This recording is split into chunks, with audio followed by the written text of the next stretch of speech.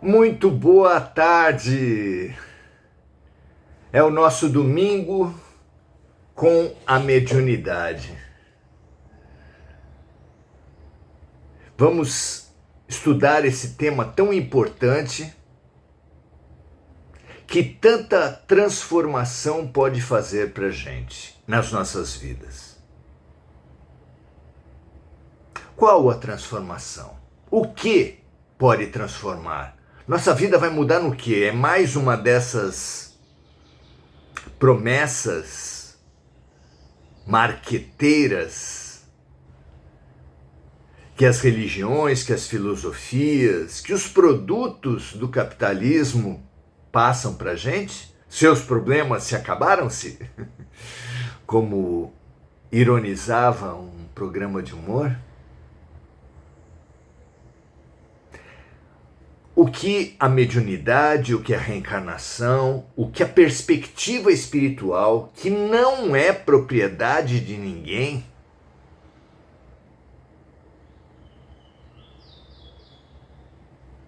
a perspectiva espiritual já é passada para a humanidade há milênios.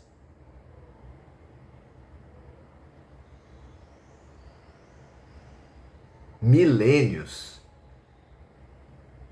O que essa perspectiva pode mudar tudo em nossas vidas, sem mudar nada, é claro,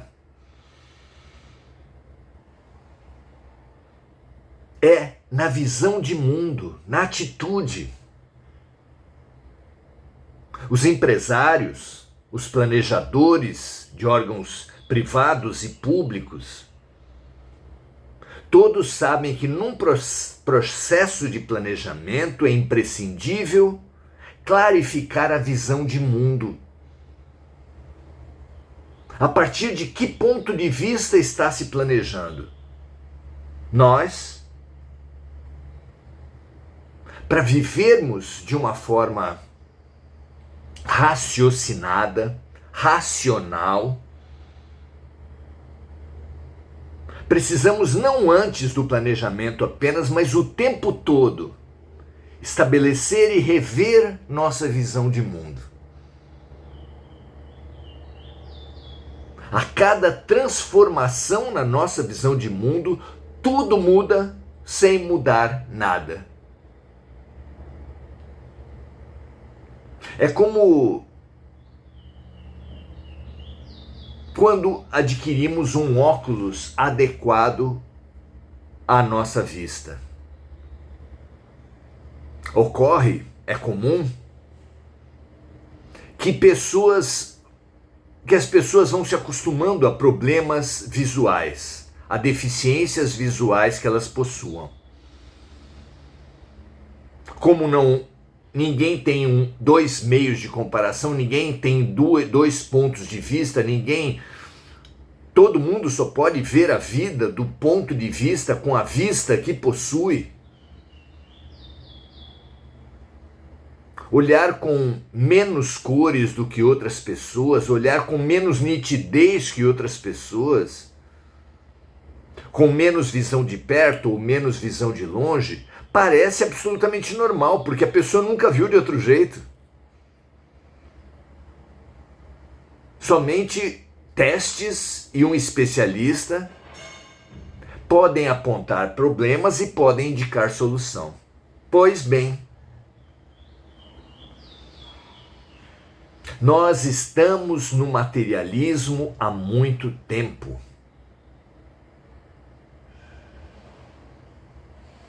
A tendência do ser humano é naturalizar o materialismo, naturalizar a superfície, a superficialidade, a matéria, o corpo.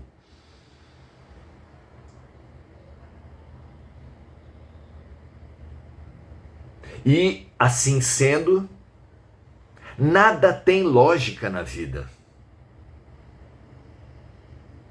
Especialmente o que menos tem lógica é Deus.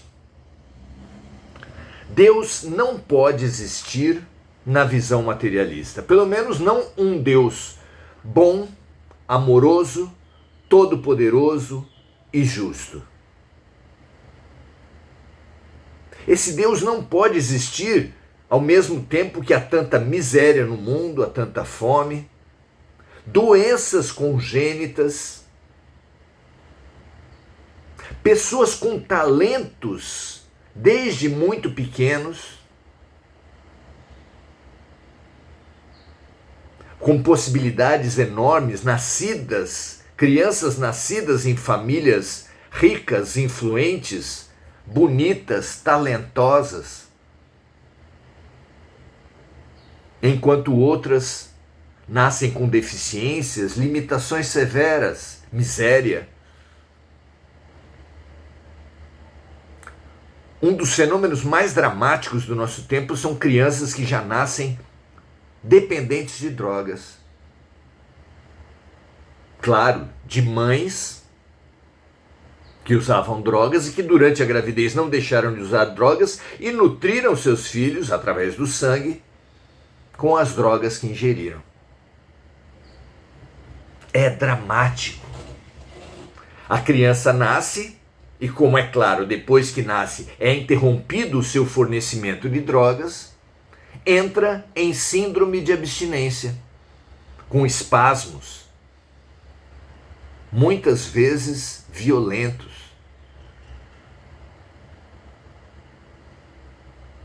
Onde está a bondade, a justiça, o amor de Deus? Ou Deus não é bom, não é amoroso, não é justo, ou não é todo-poderoso.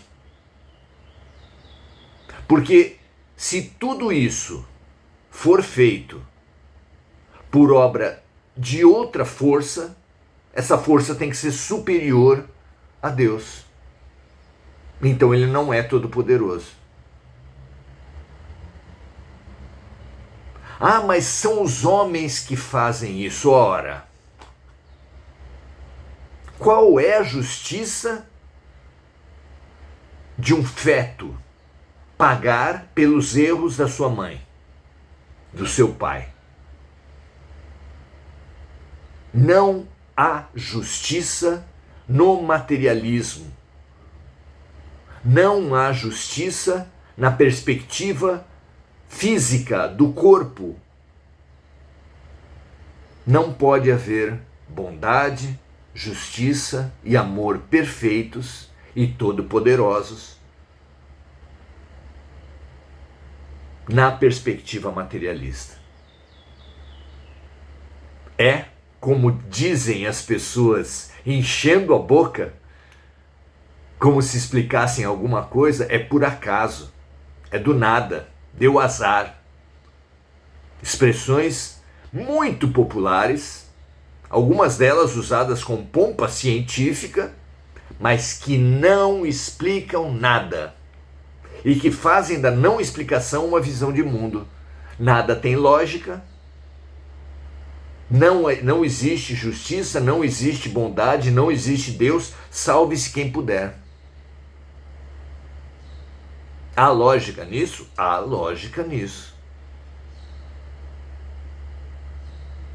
A multiplicidade dos talentos, das capacidades, das oportunidades, dos corpos físicos, das condições de saúde, é explicada pelo nada. Não é explicada. É o caos. Qualquer coisa pode acontecer com qualquer um, a qualquer momento. Não há lógica. A lógica é a não lógica.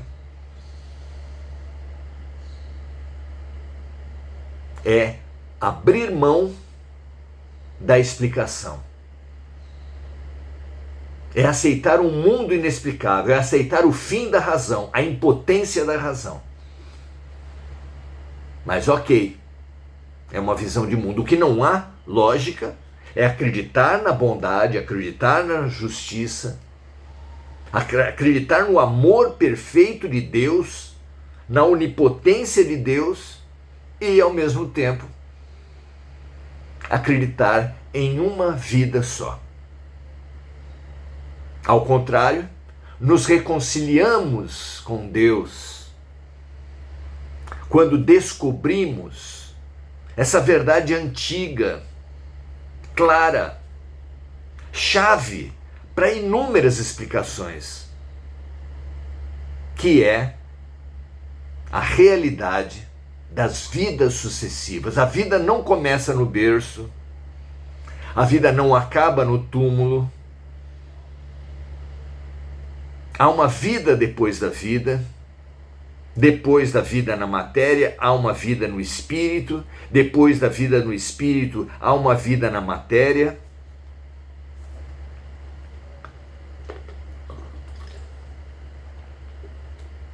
Encarnamos e reencarnamos muitas vezes.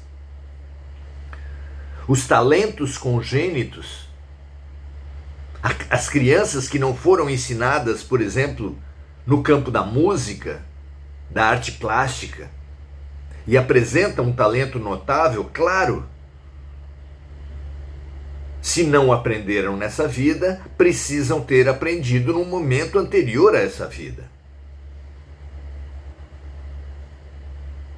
A criança que mostra limitações, síndrome de Down, paralisia cerebral, a mesma coisa.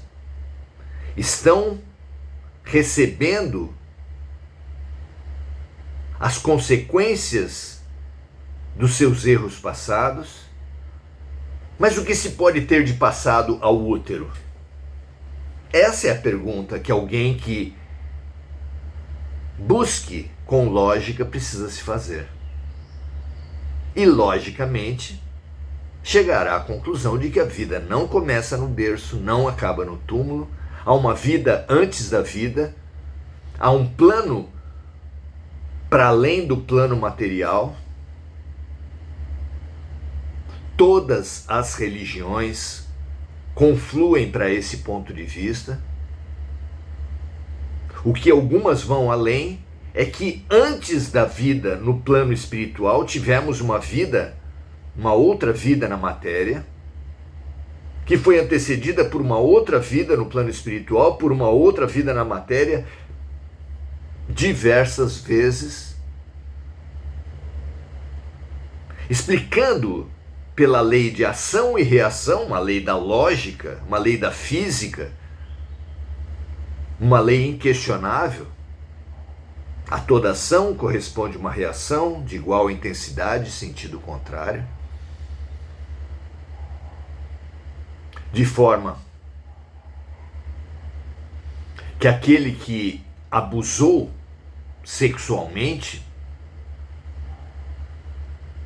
do sexo oposto, de pessoas com menos poder, com menos capacidade de reagir, com igual capacidade de reagir, com menos força, tanto faz. Essa pessoa vai ser chamada à reparação imediatamente, usando a sua vivência com igual intensidade, mas em sentido contrário, ou seja, não para produzir vítimas, mas para acolher essas vítimas. Se não fizer isso por boa vontade, pelo espírito, pode ser levado a fazer na matéria.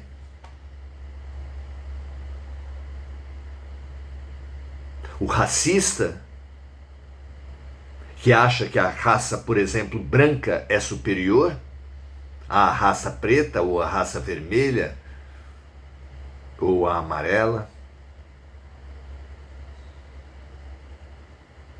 O judeu que se acha superior aos palestinos, ou vice-versa,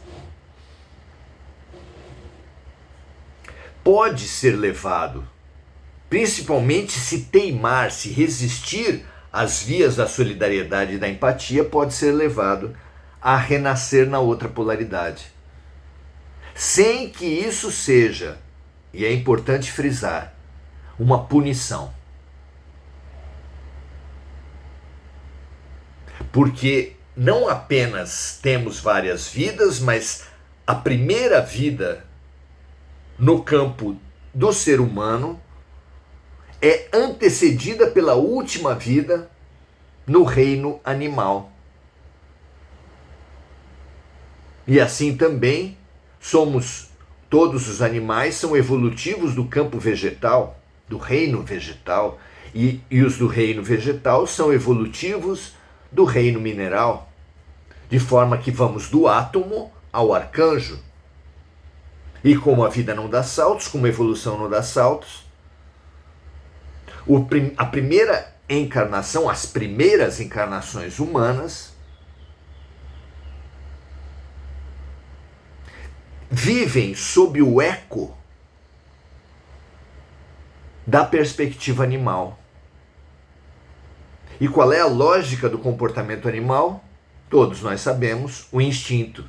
O instinto de sobrevivência, a defesa, a visão de mundo que reparte todos os seres e situações entre aquelas que me favorecem e aquelas que não me favorecem.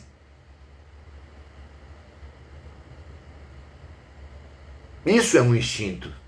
E quando passamos as primeiras encarnações no reino hominal, herdamos, e só poderia ser assim, a perspectiva instintiva, com uma pequena evolução própria da condição humana.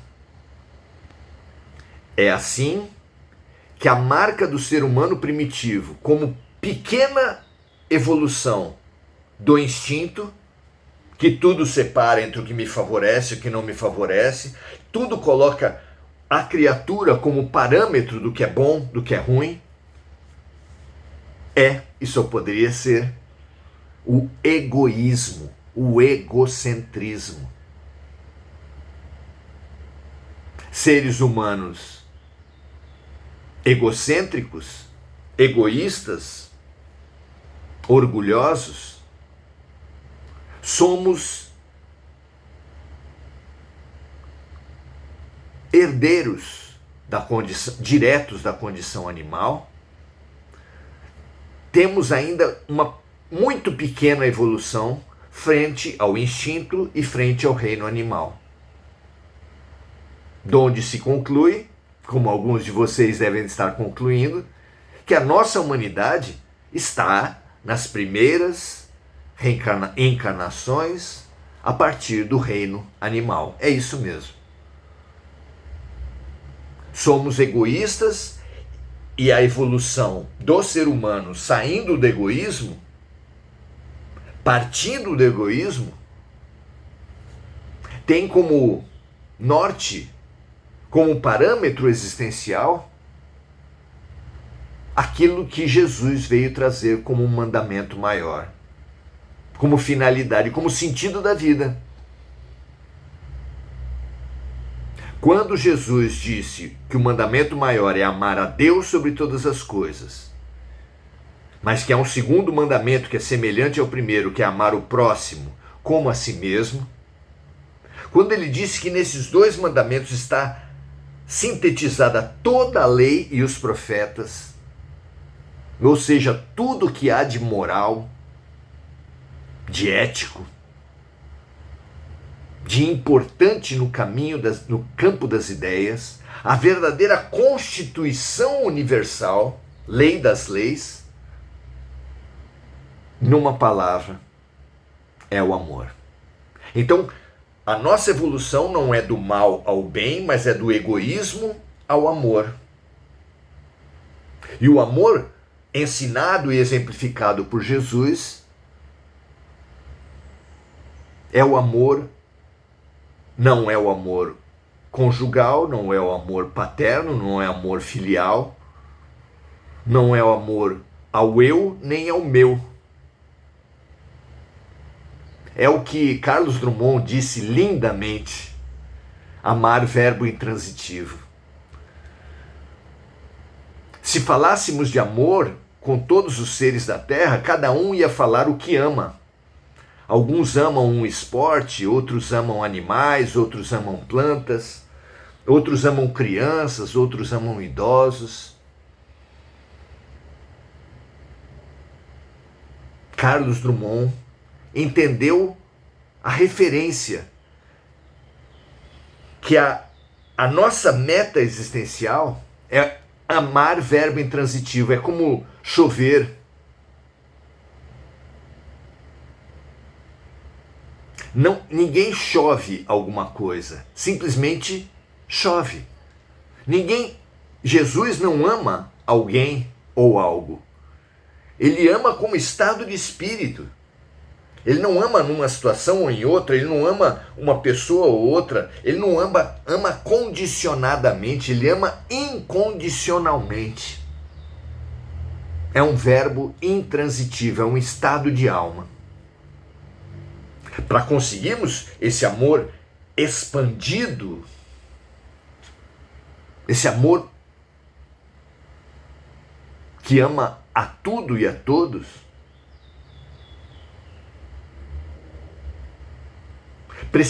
precisamos de vitórias sobre o egoísmo. E como, mais uma vez, a evolução não dá saltos, essas vitórias precisam ser concretas, sucessivas, cada vez maiores, gradativas. Se não é abrupto, só pode ser gradativo.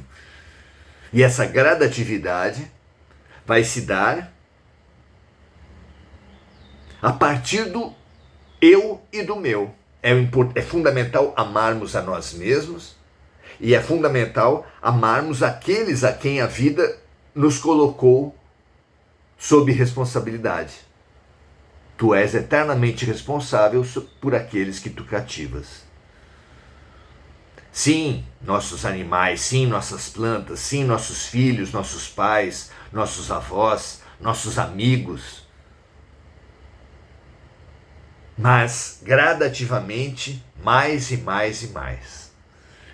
De forma que o bem verdadeiro é um bem inclusivo. E o mal é um bem exclusivo. Quando eu quero o bem unicamente para mim mesmo, é o egoísmo, é a origem de todo o mal. Cada vez que conseguirmos, quanto mais seres incluirmos no bem que nós buscamos em nossos pensamentos, sentimentos, palavras e ações, estaremos expandindo nosso universo, expandindo nossa visão de mundo, expandindo nosso ser, expandindo nossa vida, expandindo nossa consciência. A famosa expansão da consciência é um processo de inclusão de cada vez mais seres a cada momento de nossas vidas.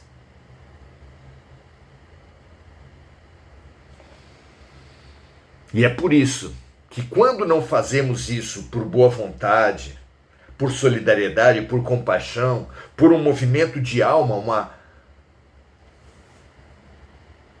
atitude expansiva, compassiva, só resta ao alto a reencarnação, de forma que o homem orgulhoso, opressor de mulheres, tende e que não aceita as perspectivas de empatia e de compaixão, tende a renascer mulher. E aí sim ser convidado a uma grande expansão de ponto de vista que o feminino proporciona ao masculino e vice-versa. E os ricos em relação aos pobres, e os brancos em relação aos negros, e vice-versa. E os de uma nação em relação a outra, porque as nações têm muito, muito, muito a ensinar umas para as outras, como os africanos frente aos americanos, os europeus frente aos asiáticos, os asiáticos frente aos europeus e de todos os sentidos. São como múltiplas salas de aula, cada cultura, cada posição, cada condição, uma sala de aula onde os alunos, nós, percorrendo todas elas, vamos expandindo a alma, o que podemos fazer numa vida, ou em várias. É aí que vemos que os chamados santos, esses que a nossa alienação, a nossa má vontade qualifica como seres especiais da criação, não são seres especiais na criação, são apenas lúcidos. O caridoso não é especial, não é santo. Ele é lúcido. O caridoso, inicialmente, é um movimento de lucidez, de razão, de perceber que ele cresce a cada vez que viaja para dentro de uma alma. A cada vez que ele faz a alguém o que ele gostaria que esse alguém lhe fizesse, é uma viagem de pontos de vista. E vai se expandindo, vai crescendo, vai amadurecendo. O seu ponto de vista, que era fechado no egoísmo, a cada movimento de compaixão, de empatia, de inclusão de outros pontos de vista, vai expandindo a sua visão. A evolução é uma mudança que muda tudo sem mudar nada. Porque vamos incluindo pontos de vista. Essa é uma visão de mundo, uma visão de mundo espiritualista, que nós oferecemos sem nenhum arremedo de pretensão de ser a única, é só um ponto de vista a partir da visão espiritual, e que traz para nós a realidade da mediunidade. Porque a verdade é que a vida espiritual não é apartada da vida na matéria. Dois lados de uma mesma moeda.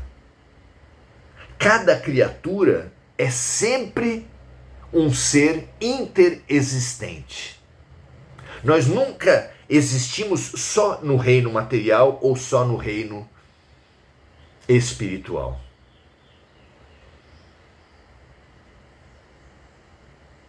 Assim como todos os seres que estão no mar influem na qualidade do mar, porque é um ecossistema,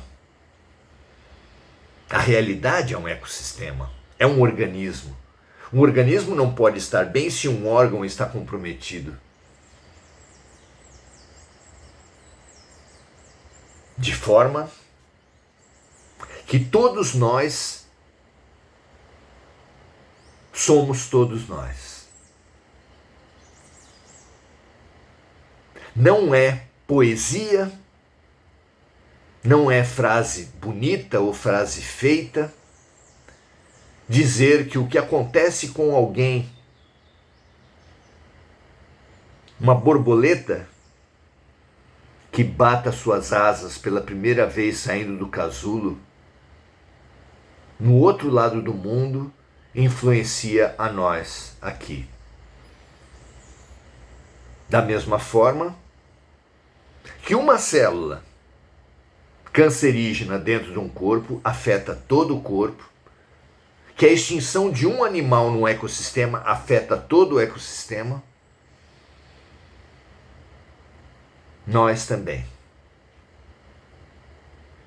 Uma família não pode estar harmônica e feliz se tiver apenas um membro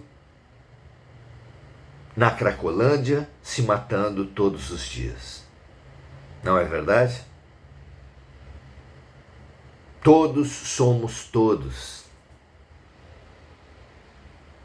E é loucura que em algum momento tenhamos pensado diferente. Não é possível a competição, não é possível o egoísmo, não há base lógica. Somos todos um.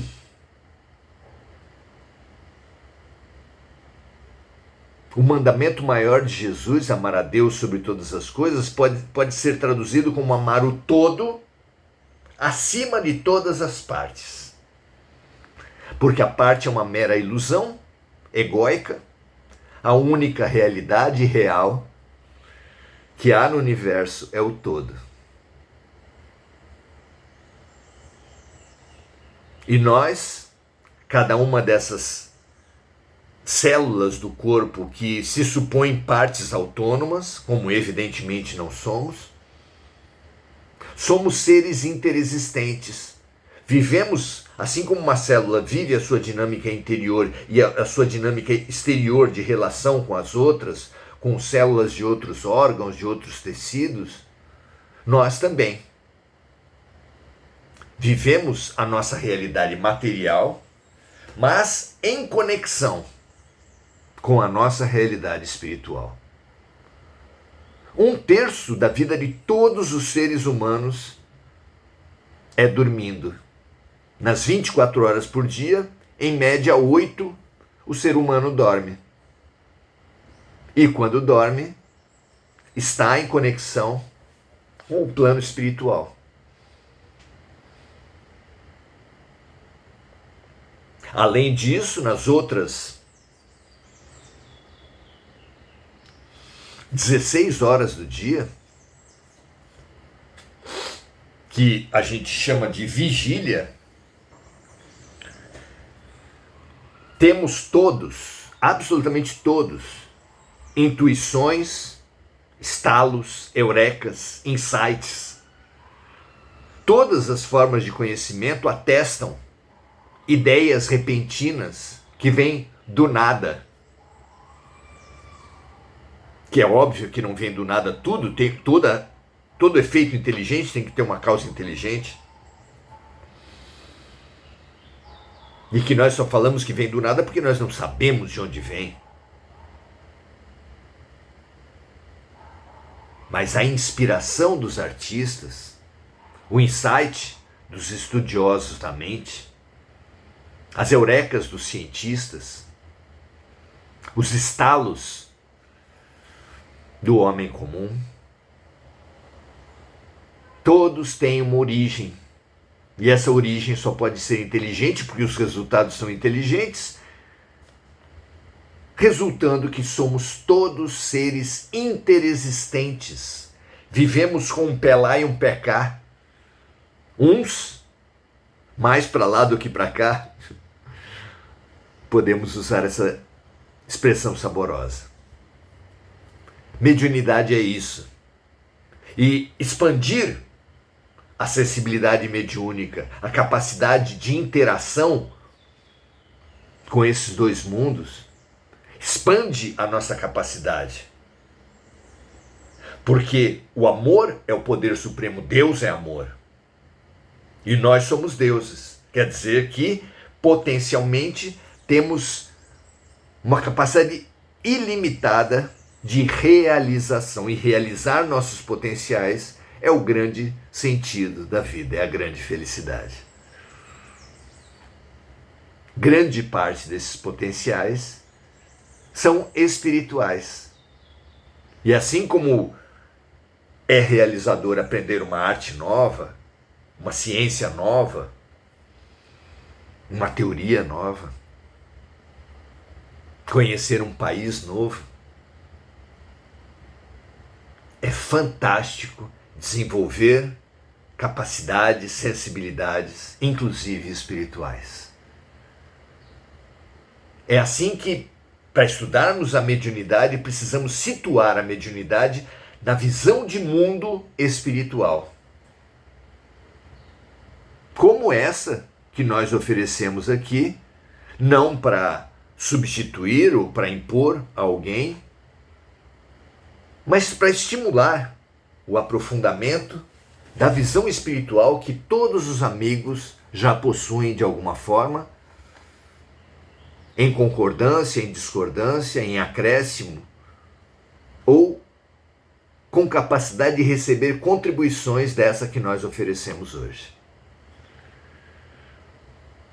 Que essa visão espiritual estimule a sua visão espiritual e que você possa trocar nesse nosso curso que começa hoje conosco os seus insights, as suas eurecas, as suas intuições e os seus estudos com os estudos de todos os amigos que estão aqui conosco.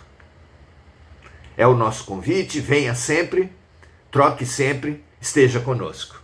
Um grande abraço, vamos saudar aqui os amigos que estão conosco hoje. Hoje nós temos aqui Andréa Silva e Diana Costa. Se outras pessoas comentaram, não estão aparecendo para mim. Nós saudamos todos os amigos e estimulamos esse curso sobre espiritualidade ou esse curso sobre mediunidade a partir de uma visão o mais ampla que conseguirmos sobre a espiritualidade. Paz e bem a todos, ótimo final de domingo e até a próxima.